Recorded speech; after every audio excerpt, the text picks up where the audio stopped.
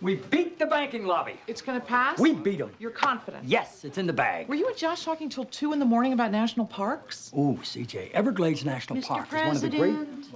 Right, I gotta take this call so I can gloat about the banking bill. Enjoy yourself, Be sir. talking about this today, CJ. This is the story. Yes, sir. Crunch them. Yes, sir. Oh, incidentally, the California live oak is one of... Mr. President.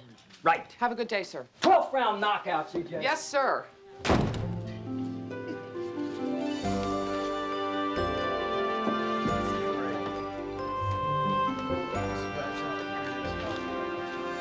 Morning. Morning. Let's take our seats. President's going to be a couple of minutes late, and he wanted me to get things started. I should begin by welcoming all of you to our third cabinet meeting, our first in 6 months. And I know the president would want me to point out that these meetings offer us a unique opportunity to come together and exchange ideas and discuss our goals for the future. Surely our first goal has to be finding a way to work with Congress. We need to reach out to the House and to the... Morning, Mr. President. Morning, Mr. President. Mr. President. This is the saddest looking cabinet I have ever... Look at this. I have an agriculture secretary here who has never eaten a vegetable in his life. Everybody sit down, you're freaking me out. Good morning, Leo. Good morning, sir. Hello. Hello. Are you taking minutes? Yes, sir. What's your name? Mildred, sir. Mildred? I'm Josiah Bartlet. I'm the President of the United States. Yes, What'd I sir. miss? The Vice President. Let's take our seat. The President's going to be a few minutes late. Would you skip down, please? Yes, sir. I know that the President would want me to point out that these meetings are a unique opportunity for us to... Actually, I find these meetings to be a fairly mind-numbing experience, but Leo assures me that they are constitutionally required, so let's get it over with. Proceed, Mildred. Surely our first goal has to be finding a way to work with Congress. Who said that? The Vice I President. did, sir. Our first goal should be finding a way to work with Congress? Yes, sir. You don't think our first goal should be finding a way to best serve the American people? I didn't say that, Mr. President. Really? Let's have a look. Yeah, that's what it says right here. Would you like Mildred to read it back again? No, thank you, sir. Okay. Anything else, Mildred? No, sir. Good. Now let's get to work. They're in the tunnel now, and the readings don't show anything beyond the predictable level of background radiation. The flatbed's back on its way, and the Carlsbad is behind gates. So we dodged the bullet. Yeah. We packed this stuff in 2 inches of stainless steel, 4 inches of lead. We rammed it with trains and dropped it from helicopters, and it still isn't going to protect us from the thing we haven't thought of. They took a cast out to Aberdeen Proving Ground and shot a tow missile clean through it. They showed me video. What can I do for you? Sir, there's something very important we need to talk to you about. What? Well, it's delicate and surprising, and I want to make sure your first reaction is measured, so I'd like us to... I'm a recovering alcoholic. Really? Yes, sir. Is there anybody left who's not? Sir. For how long? I'm sorry? How long have you been in recovery? My last drink, it was the year I was 22. Did you say 22? Yes, sir. You haven't had a drink since you were 22? That's right. I didn't start drinking till I was 25. What the hell do you guys count Yeah, as? I know, but there's a history in my family, and I had a few experiences in college. I liked beer a lot, so I started going to meetings, and I'm pretty sure if I stopped... 22? Yes, sir. You and James Bond ought to team up. I don't... Don't worry about it. He's ordering a watered-down martini. And Leo, what the hell is this meeting that's going on all night across the hall? We can talk about it later. It's a meeting about having me replaced on the ticket. I know how to count to 270. John, I assure you that if it were a serious notion, we would have... Texas is gone, so is Florida. We're not doing it. You should think about it. Hey, did I hear right? Are you taking your name off that bill? Nobody benefits from the internet right now more than the rural poor. You're taking your name off. We can't campaign on it. Yes, sir. And if somebody's attacking us, you know what to do. I call Leo. Yeah, but don't discount the possibility that it might be Leo. Yes, sir. John, despite this recent revelation that you drank beer in college, I've always liked you a little more than you thought I did. But that's not why you're staying. It's this. 4 words.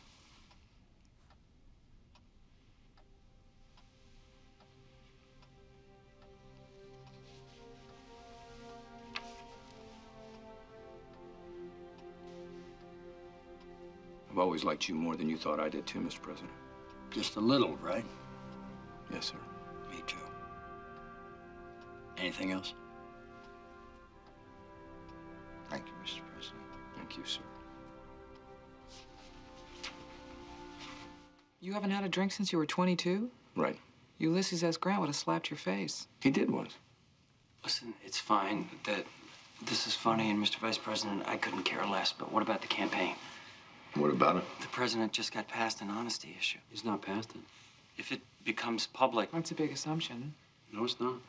I think that issue is probably worth further discussion. But we're done talking about the ticket. The president's made it very clear he wants the vice president to remain the vice president. And he wrote down his one and only reason.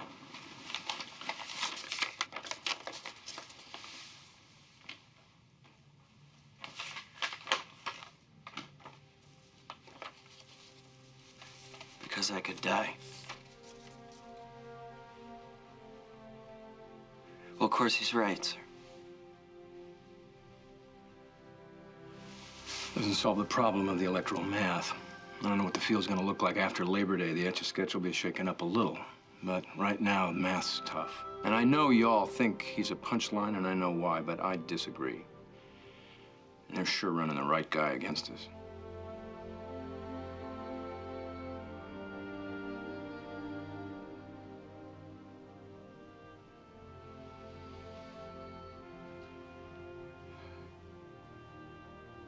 Am I really the only one who thinks a giant sumo wrestler and a hockey goal might get the job done?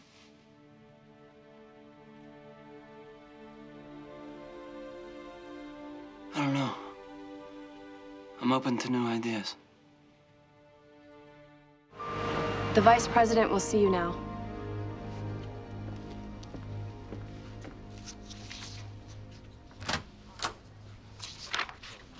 Hey, CJ, great to see you. Mr. Vice President? Oh, come on with that title. I think we're back to John now, don't you? How have you been? You look great, just great. Please, sit down. I don't want to take up too much of your time. Hey, I'm the only lawyer here who doesn't have any clients yet, so I got all the time in the world. Sit, please. You should take a look at this list.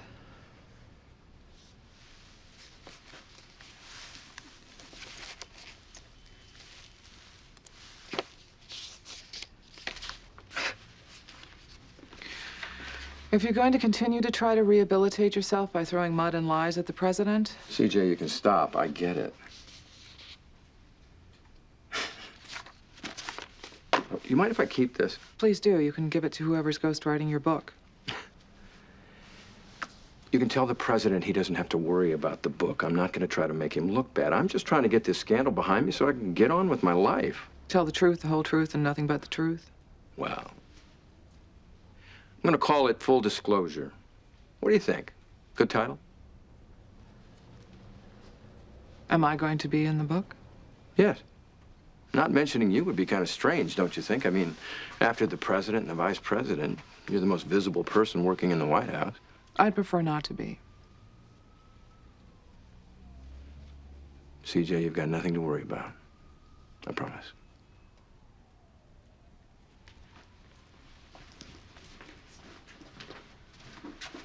What are you going to do in the campaign when the stories start coming out? Those stories? No, the other women. I haven't decided to run. I Because really... there have been other women, right? Lots of them, right?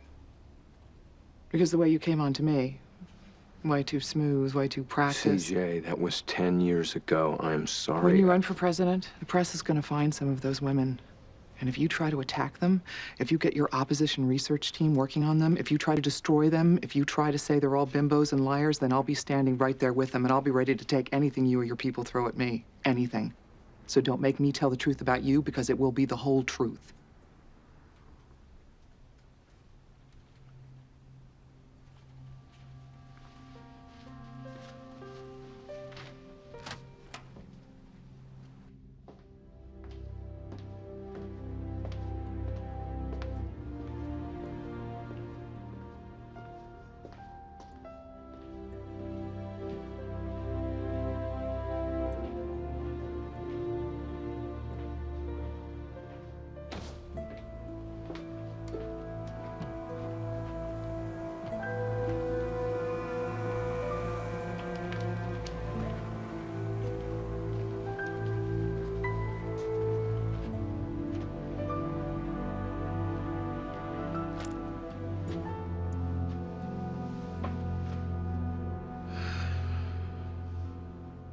thought the research would be useful. I thought it was a good idea. Was a good idea. I heard you played bad cop with the entire staff trying to find out who leaked it to Leighton. Doesn't one of your wife's charities have something to do with breast cancer? The National Foundation. Congresswoman Leighton's on the board of that foundation, too, isn't she? What's your point? There may be speculation. My wife feels very strongly about this work. Is it possible she may have shared her information with Barbara Leighton? Barb? Yeah. That's possible. You're going to need to tell the president, sir. Am I? It's going to come out, sir. The list is all over town. Yeah, maybe that's not so bad. It wasn't my plan, but might be a happy accident. Just a thing we need to put a little distance between us and them. I wouldn't worry about it. I really wouldn't. While money spent studying the brains of PCP users might appear to be taxpayer waste, this research led directly to the discovery of the NMDA receptor. Science cannot exist in a vacuum. By nature, it's an open enterprise strengthened by public scrutiny. Openness is the basis of a free society, but when science is attacked on ideological grounds, its integrity and usefulness are threatened. Independent peer-review research is the cornerstone of science in America. It shouldn't be about the left or the right, but what works to keep people safe and healthy. Still tweaking? The prompter guys needed the disk a half an hour ago. No way. It's with surpassing pleasure and pride, blah, blah, blah, Robert Russell, blah, blah, confirmed by overwhelming vote as befits this distinguished choice. Distinguished. You want to use surpassing again? Eminent? Illustrious? Problem being, he's none of those things. This is my problem. Nor is he estimable, laudable, or someone you'd walk across the room to shake hands with. The president wants altitude. As befits this vertiginous choice. Distinguished is as high as we go. You'd have to be high to go loftier. Here's what it should be. In a triumph of the middling, a nod to mediocrity, and with gorge rising, it gives me great nausea to announce Robert Russell, Bingo Bob himself, as your new vice president. This lapdog of mining interests is as dull as he is unremarkable. As lackluster as he is soporific. Good. This reversion to the mean. This rebuke to the exemplary. Gives hope to the millions unfavored by the exceptional. Yes. The vice presidency, being famously once described as not being worth a warm bucket of spit, let's now hawk a big loogie for Bob Russell.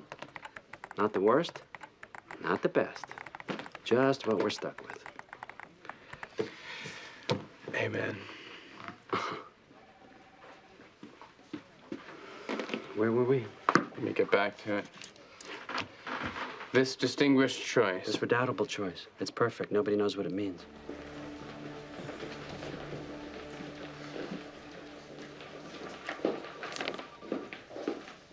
Nice work on Thiel.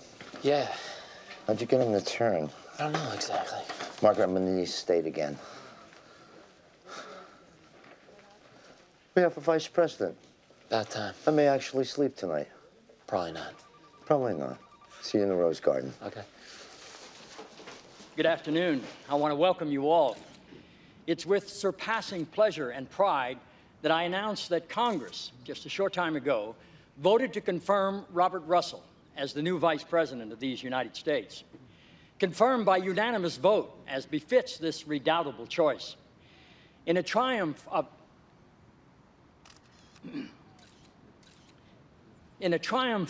the meritorious, Bob Russell is someone I have come to know, trust, and immeasurably respect over the past 5 years of our working together, as have all of us here at the White House. His estimable legislative record is but one facet of his laudable public service to his country, service that now ascends to an even loftier level as he assumes his new responsibilities as Vice President, Mr. Robert Russell. I'm gonna get fired. Nobody's getting fired. I'm the new guy. I'll be made an example. I'll put my head on a pike on the South Lawn. You're working out. Leo agrees. You're not gonna get fired.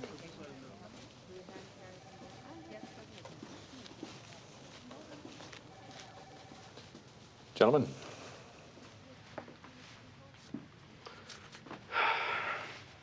Mr. Vice President, please accept. I'd like a copy. There are no copies. We've shredded. Wiped hard drives. We're considering putting out our own eyes. Find one. Send it to my office. I thought it was hilarious. Hilarious, sir? I know my public profile, my political persona. I'm just glad to see there's such a keen awareness of the scale of the job you've all got ahead of you. I'm part of the team now, which makes all this pretty much your problem. Good luck with it. In any event, I appreciate you rescheduling so fast. Where are the cameras? This isn't a photo op. Would you like some coffee? No, thanks. Please.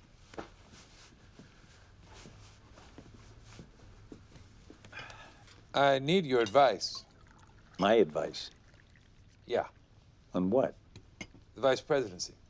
What about it? I have a legal memo that says that I can ask the Electoral College to vote for whoever I want. You can't let 272 people no one has ever heard of elect the vice president of the United States of America. If you're going to have an unelected VP, then you've got to at least let the democratically elected representatives of the people vote for him. You have to submit the name for congressional confirmation. You got to go through an open process, a public process that people understand and accept. I agree. You do? Yeah. You think the Senate Republicans will get rough? Well, it depends on who you pick. Is the vice presidency something that you would consider?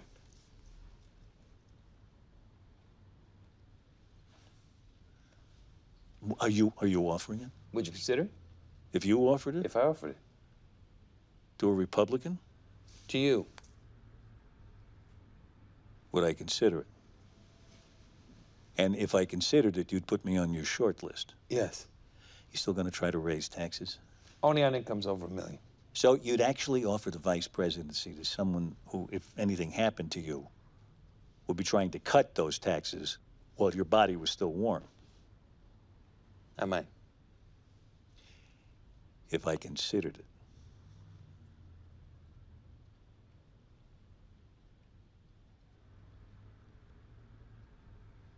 Nice try.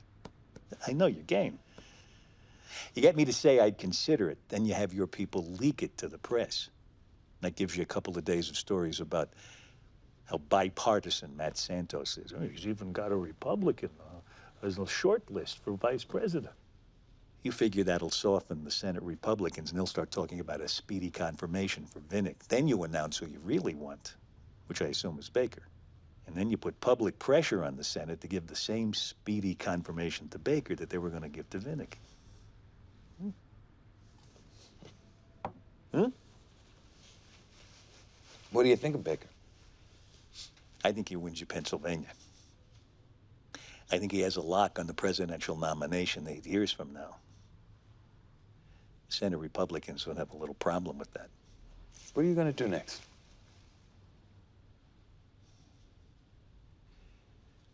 I'll do what I'm good at.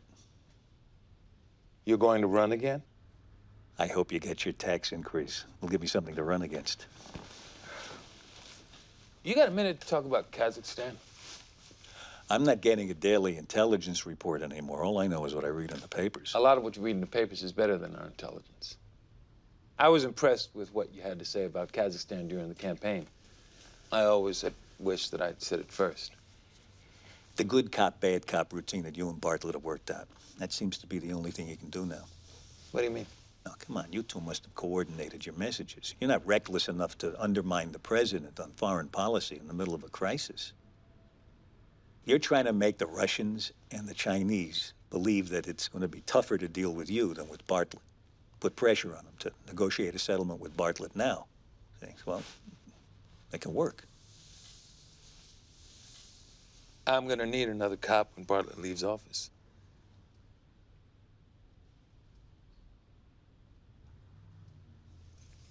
How about Secretary of State? You going to go with Reynolds? Maybe. If I don't get my first choice. Who's that? That would be you.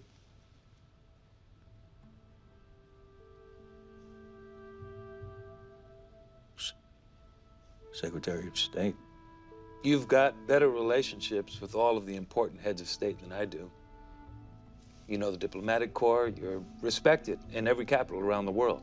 You agree with me on foreign policy. And you are the best strategic thinker I know. I'm not asking you if you'd consider it, Arnie. I'm asking you to do it.